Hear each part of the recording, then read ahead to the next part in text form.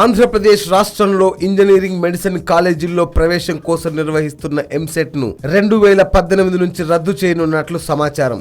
దీనిపై ఆంధ్రప్రదేశ్ ప్రభుత్వం తీవ్ర కసరత్తు చేస్తోంది. రద్దుపై నిర్ణయం తీసుకునే ముందు ప్రత్యేక కమిటీతో అధ్యయనం చేయాలని యోచిస్తోంది. ప్రభుత్వ నిర్ణయంపై 1-2 రోజుల్లో అధికారికంగా ప్రకటన వెలువడే అవకాశం ఉందని తెలియవచ్చింది.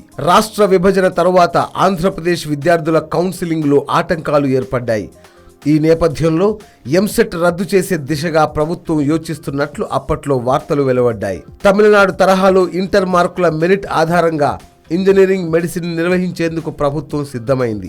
అయితే ఎంసెట్ రద్దు చేసే యోచన ప్రభుత్వానికి లేదని మంత్రి గంటా శ్రీనివాసరావు స్పష్టం చేయడంతో వ్యవహారం సద్దుమణిగింది. కానీ ఎంసెట్ రద్దుకే ప్రభుత్వం మొగ్గు చూపుతోందని అధికారిక వర్గాల ద్వారా తెలుస్తోంది. Yoyo News, Amaravati.